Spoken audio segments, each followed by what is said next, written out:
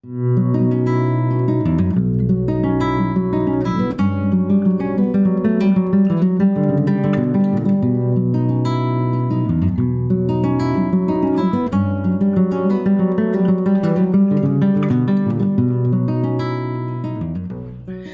día, ¿cómo están? Hola, ¿qué tal? Buen día, ¿cómo anda? Bueno, ¿cómo andan ustedes? Bastante bien, Bien, nada mal, ¿eh? bien. Nada mal. Cuéntenos un poquito de ustedes, adelante. Bueno, mi nombre es José Froilán González. Nací en Santiago del Estero el 25 de julio del año 51. Te Muy cuento un poco que aprendí a caminar cuando tenía 5 años, 4 para 5 años recién. No sé, había un problema con mi salud, pero gracias a Dios hoy estoy bien y gracias a mis padres, ¿no? Y a mis hermanos. Y entonces, eh, cuando tenía 11 años, nosotros vivíamos en una zona rural, la parte norte de la ciudad de Santiago del Estero, a la altura del aeropuerto. Estamos a 10 minutos del centro nosotros, la parte norte, bien. y costeando el Río Dulce y en Quichua, río se llama Miski Mayu, Miski Dulce Mayu Río. ¿Mm? Y bueno, vivíamos a 500 metros del río. Antes estábamos a una cuadra, cuando yo nací estábamos a una cuadra. Después estamos viviendo en el lugar donde compraron mis abuelos, y así que ahí estamos a 3 cuadras de donde yo había nacido. Y bueno, pescando con mi papá, vivíamos de la pesca. Teníamos cabras, ovejas, criábamos eso, y también chanchos, lechones. Entonces, vivíamos la pesca. Mi papá trabajaba en la provincia, pero a su vez, con el tiempo, se quedó sin trabajo porque le daban 12 días al mes y no convenía. Entonces, y éramos muchos en la familia, somos 5 hermanos varones y 3 mujeres, y criamos 4 más. Así que, y bueno, y así vivíamos de la pesca o cazando aves para comer. Y bueno, pescando en el río arriba, este, 1 kilómetro río arriba, encontramos un tronco de ceibo que había traído la creciente, el agua. Entonces, el ceibo es un árbol tropical que crece a la orilla de los ríos, los canales de riego, las acequias. Y en Santiago hay mucho, y muy buena raza de ceibo. Eso tiene mucho que ver para este ¿Ah, instrumento. sí? Entonces, pescando, lo encontramos al tronco ceibo, y mi papá, mira, es un tronco de ceibo, vamos a llevarlo para que Polo, el tío Polo, Leopoldo, el hermano de mi papá, vivía a 3 kilómetros. Ya él vivía en un pueblito que se llama Guaycondo, famoso por el escondido Guaycondo. Y, y entonces, lo traemos por el agua flotando. El ceibo viene, por más pesado que sea, igual flota el agua. ¿Mm? Y entonces, cuando lo sacamos a la superficie, ahí sí que era pesado. Tenía un metro 20 más o menos de largo, por un diámetro casi de 45, y entonces era muy pesado. Y el ceibo recién cortado es muy pesado el ceibo. Entonces, que es un árbol tropical. Entonces, cuando haciendo rodar llegamos muy cansados a la casa, el ceibo, pues no lo podíamos levantar. Mi papá cambia de parecer, me dice: ¿y si lo hacemos nosotros al bombo? Y nosotros no teníamos idea de cómo se hacía un bombo. Entonces, Ah, le pedimos la instrucción al tío Polo, que era músico. Tenía su conjunto, y bueno, y el tío hacía esos bombos, cajas. Y por aquella época conocí, un día de paseo con mi abuelita en la casa de mi tío, conocí a uno de los integrantes de las Voces del Guaira, conjunto salteño, de aquella época, antes que los chalchaleros, los fronterizos. Entonces, nos facilita una gubia, una herramienta con la cual se extrae el corazón del ceibo, una gubia, y martillo teníamos, la masa, y teníamos el hacha. Entonces, ese tronco largo lo cortamos en dos, que queda como de 50 centímetros de largo, que es más o menos la, la, el, esta es la herramienta. Mira, esta es la gubia. Fíjate que se ve ahí, ¿no? ¿Ves? la gubia, con ese filo se corta y ve cómo se hace lo que se martilla. Entonces, con un martillo se va a acabar. Y con esta cuchara, esta cuchara, formato de cuchara, ¿ves? Sí. Entonces, con eso se extrae todo el corazón del tronco. Entonces, le damos forma con el hacha, nos da la instrucción, y entonces, después, como está húmedo, es una madera esponjosa, para mí, es la única madera, el ceibo, para este tipo de instrumento que tiene acústica propia. La porosidad que tiene es la que permite mantener el eco del sonido. Wow. Entonces, después nos facilita cueros de cabra, tiene que ser animal adulto, cueros de cabra estaqueado con clavos al sol, los cueros tienen que ser animal adulto. Entonces, estaqueado con clavos al sol, o cabra u oveja. Son los dos mejores cueros. La oveja es el mejor grave que hay. El mejor grave que hay para no aturdir, porque la función del bombo es si están los sonidos muy altos, elimina los instrumentos de cuerda aún enchufados con micrófono. Aún con micrófono el bombo lo anula. Entonces por eso tienen que estar adecuados, porque la función del bombo es llenar el espacio vacío que dejan los instrumentos de cuerda. Bien. Entonces eso es lo que bueno, entonces todo eso iba aprendiendo, que el tronco de ceibo también, de aquel que empezamos aquella vez, después empezamos a hacer bombitos chicos, porque no era el furor el folclore en Santiago, muy fuerte como es hoy la cantidad de jóvenes que hay músicos hoy. Entonces había que hacer bombos chicos, que era para el turista que pasaba por Santiago, que se vendían en los kioscos. Teníamos un lugar, 2, 3 lugares. Después teníamos un amigo que llevaba estos bombitos chicos, llevaba como souvenirs a La Rioja, Chilecito, La Rioja, que era un viajante. Y entonces cuando esos bombitos yo les llamaba el puchero de todos los días, porque llevar esos bombitos, que aquellos eran 20 pesos, que a veces demoraba 1 o 2 días, pero con eso nos alcanzaba para comer. Aquella época. Wow, yeah. Aquella época. Y entonces, bueno, cuando no había pesca, cuando no había...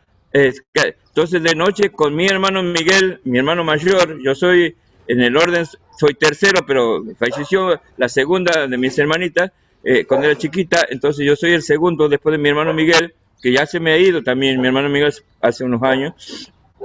Entonces con él de noche salíamos a cazar pájaros, o sea, las palomas para comer, para hacer lo suficiente, siempre para pescar.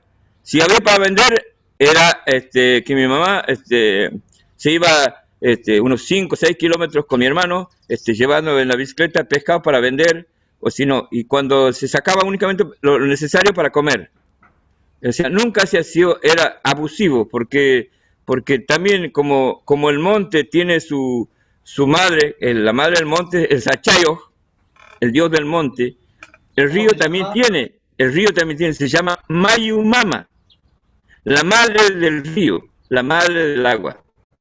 Entonces siempre tienes que tener ese tipo de pensar que hay que sacar lo necesario, cuando no hacer abusivo en eso. Entonces, de noche con mi hermano salíamos a cazar palomas y traemos lo necesario para hacer un guiso al otro día.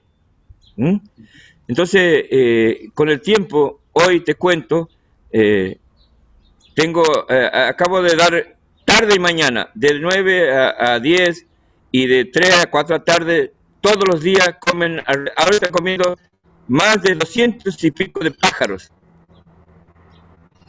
que bajan a comer. Y yo le grito a comer como gritar a los perros, como gritar a la familia cuando están lejos, a comer. Bueno, eso hago con los pájaros. Todos los días, desde hace muchos años. O sea, lo que ellos me dieron vida antes, hoy doy vida a ellos, porque hay que vivir y dejar vivir. Y el bombo se seguía haciendo cada vez más, y con el tiempo aparecieron músicos como el Chango Nieto, como los Cuatro de Córdoba, Marcama de Mendoza, los hermanos Ábalos, Alberto Cortés, Jaime Torres, los chalchaleros, los fronterizos, los cantores del Alba, todos esos músicos, entonces pasaban por mi casa, entonces empezó a experimentar cosas que a la vez encontré. Una de las cosas más importantes es la afinación del instrumento. Que cualquiera cree que el bombo es ponerle en una caja, le pone 2 parches y hasta sonido. No es así. Aprendí que tiene que ser el cuero de animal adulto, la cabra o la oveja, estaqueado con clavos al sol, y recién podés marcar el parche para que tenga los sonidos. El pelo largo para los graves y el pelo más corto para los sonidos más altos. O sea, el grave bajo y el corto alto el sonido. Entonces, esas cosas he aprendido. Y una cosa que también, aprendí porque, te cuento una historia. Un músico de Salta pasa por mi casa, estaba de paso, y entonces me dice, repárame este bombo. Y entonces tenía el tamaño, era un bombo hecho en Santiago por una antigua fábrica que había de bombos que hacía bombos en serie, pero exportaba para la zona de Estados Unidos. Y tenían un sello un mapita de Santiago que decía del Valle, bombos del Valle. Entonces le trato de reparar rápido porque estaba de paso nomás. Entonces tenía un bombo similar a ese tamaño que tenía, entonces se había roto el parche de ese bombo. Entonces le cambio el parche que yo tenía a ese bombo, y entonces cuando lo ajusto con la correa, lo quiero afinar, no tenía sonido. Se anulaba el sonido. Entonces me pongo a pensar, estamos trabajando con mi hermano Miguel, y me pongo a pensar, ¿por qué allá suena y aquí no suena en ese bombo? Entonces lo desarmo, veo cómo lo vuelvo a humedecer el parche, lo vuelvo a colocar, y vuelvo a golpear y tampoco tenía sonido. Entonces, una vez armado ese bombo de reparación, que era hecho en una fábrica, entonces cuelgo en un árbol y hago que mi hermano golpee el parche, y como todo bombo tiene que tener un agujerito que tiene que no superar el centímetro de espesor, el agujerito. Eso es como el ser humano, una respiración que hacen para que los parches no se rompan. En la mitad, o sea, el cilindro largo así, y en la mitad tiene que tener el agujerito ese. Esa es la respiración, porque cuando pegas en el parche con el palillo, el parche impulsa aire y se multiplica millones de veces el sonido. Entonces, al pegar, golpea y el sonido va, y como no tiene respiración, va hacia el parche de abajo y rebota de vuelta y vuelve. Casi seguro que estés rompiendo el parche en el segundo golpe. En el segundo golpe. O sea, pegas, sonido, se hace para abajo y vuelve el sonido porque no ha tenido respiración. Entonces, ahí es donde se rompe el parche. Entonces, esas cosas, la dimensión del agujerito también. Y bueno, entonces veo que no tiene sonido, entonces desarmo. Y cuando golpea el parche, mi hermano, empiezo a ver por el agujerito ese adentro. ¿Qué producía adentro? Y resulta que ese bombo tenía, como el ceibo es fibroso, lleno como trabajaba con una máquina a presión, entonces todo las fibras estaban como vellos adentro, entonces anulaban el sonido. Entonces agarro esa una gubia con la mano, le empiezo a sacar todas las fibras, lo dejo limpito, entonces ahí encontré la beta, lo que es la afinación del sonido. Es el primer paso de la afinación del sonido. Wow. Después vinieron las otras cosas, los aros, la dimensión del aro entre ojal y ojal, a las presillas que se llaman, las que cuelgan para ajustar las correas. Entonces, todo eso tiene un complemento. Y después de eso empecé a trabajar únicamente, los trabajos son exclusivamente por encargo porque son bombos a nivel profesional. Graves y agudos. Para danza distinto. Para danza tienen que ser los pelos cortos porque el sonido es brillante porque en la danza al zapatear se corta el sonido, ahí no ataca ese impacto. En cambio, para instrumento de cuerda tiene que ser boom, y tiene que quedar el eco del sonido. Entonces, claro, eso es la importancia de eso, ¿no? Y nunca los dos partes en un solo tono.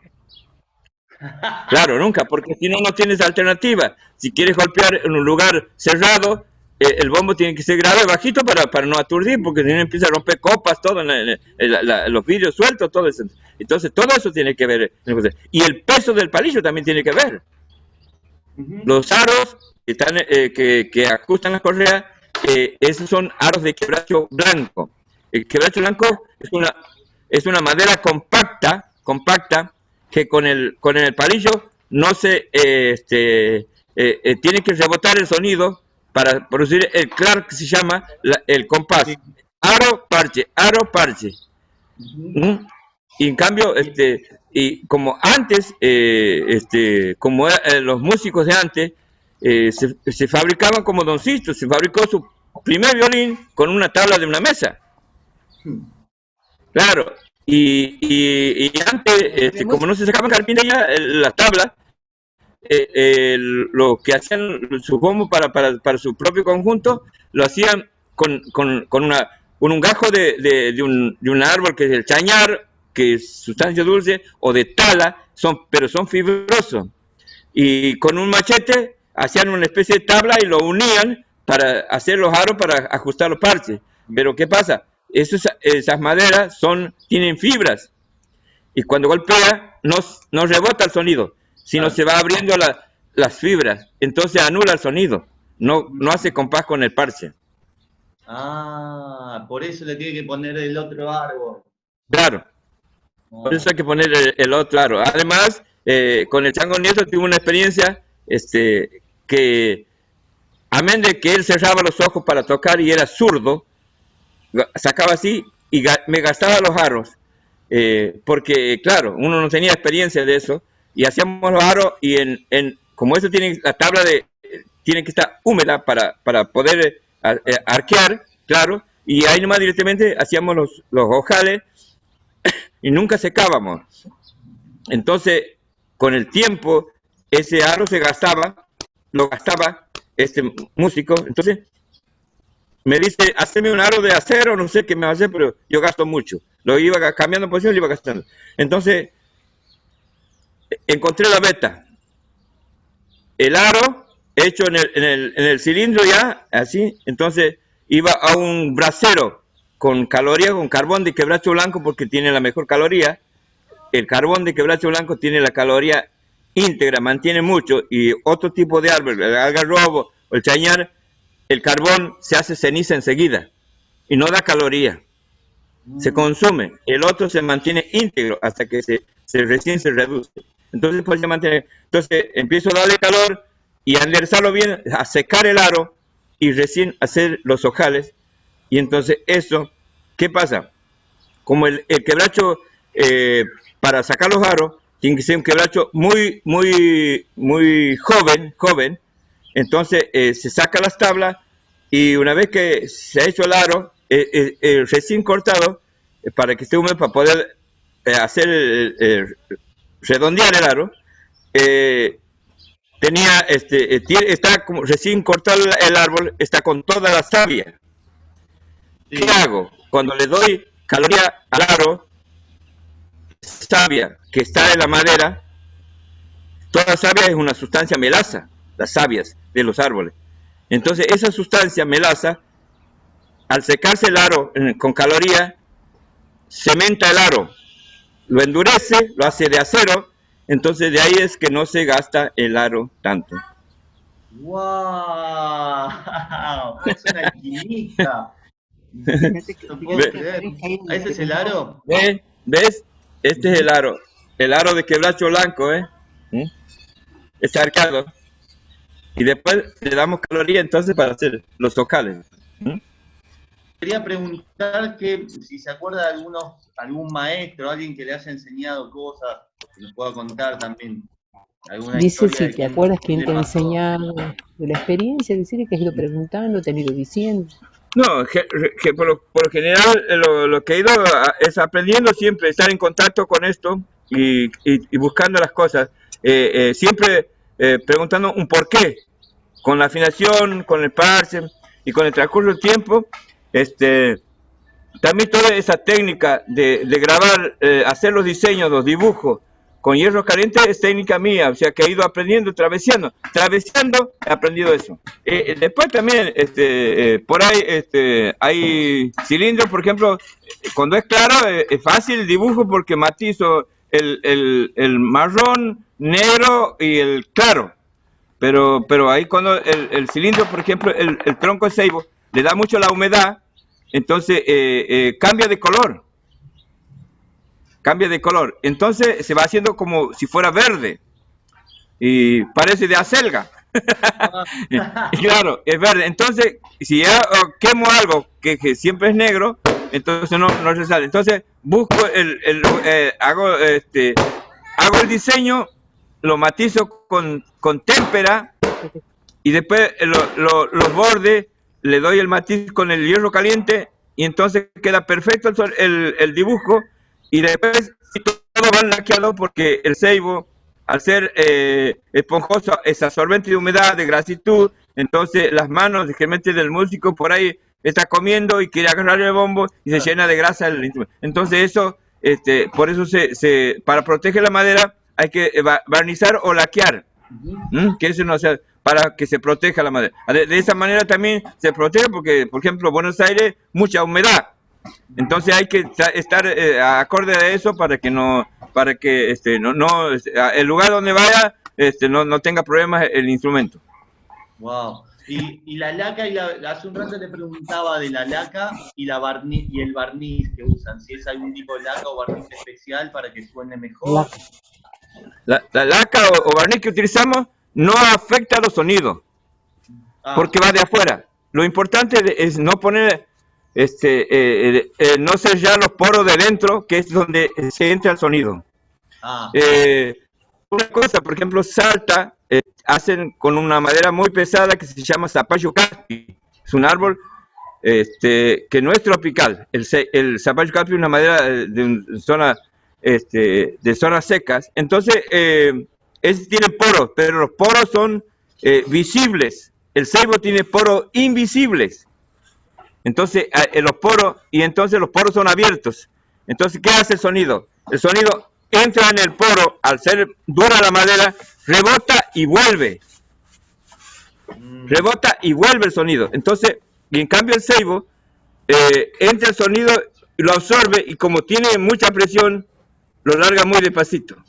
Pero tiene que jugar los parches, la afinación del cilindro y la afinación de los parches de la altura del pelo para dar los graves y los agudos. El parche de abajo, el que va abajo, tiene el pelo más corto. Este es para los agudos.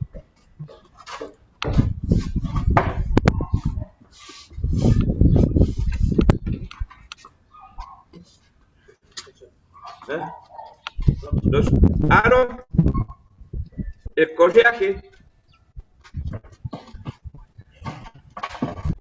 Esta es la línea del lomo del animal. Qué lindo.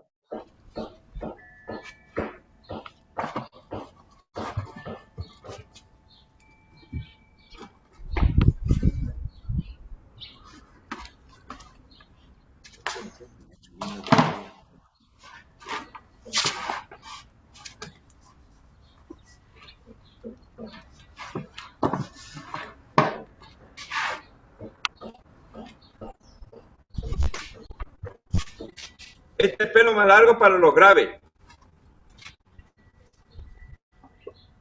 Estos parches están cosidos.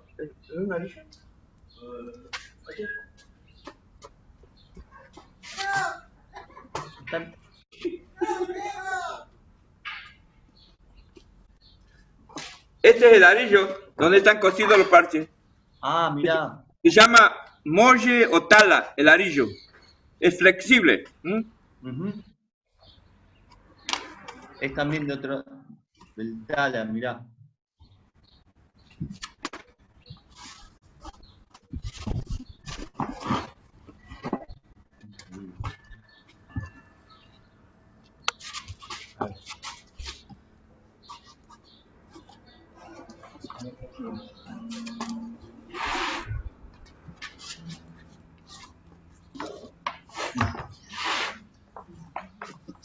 Ahí lo van pensando. Como que lo van pinchando, ¿no?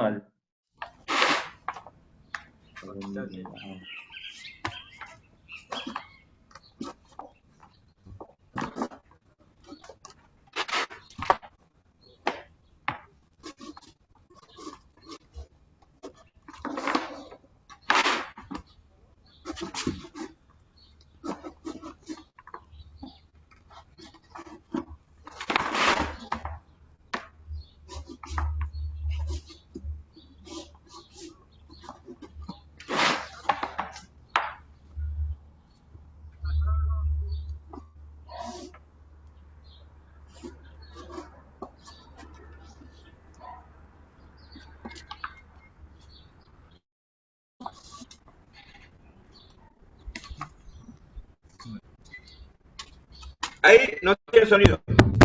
No tiene sonido.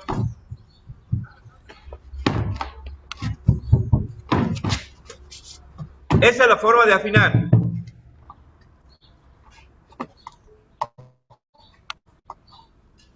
La manija, el nudo fijo.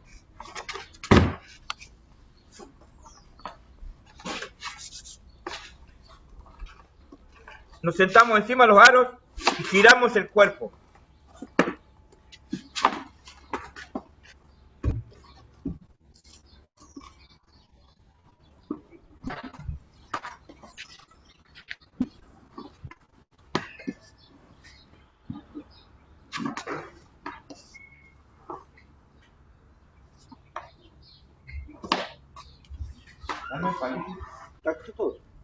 Aquí está uno armado, indio.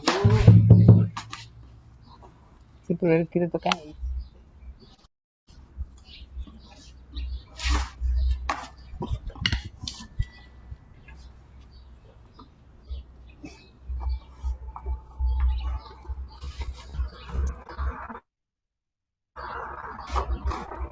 Ahí recuperamos.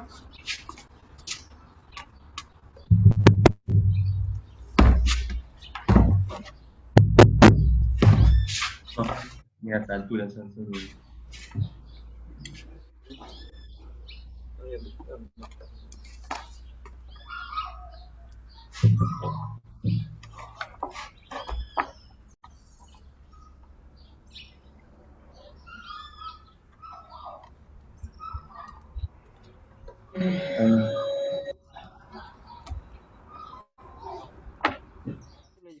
La marcha bombo.